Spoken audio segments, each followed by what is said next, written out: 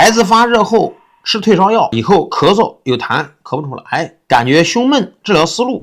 发热是上面外面的热降和入的不好。那么现在你吃了退烧药后，那么咳嗽是肺的不降。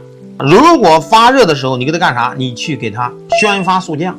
宣发是什么呀？给他发汗解表，速降是降肺止咳。一定要辩证一下，不要抱着哪个方子守着哪个方子。还是那句话，方子是死的，人是活的，病是灵活在转变的转化的。不要拿着一个方子是什么治疗所有的病，那不现实。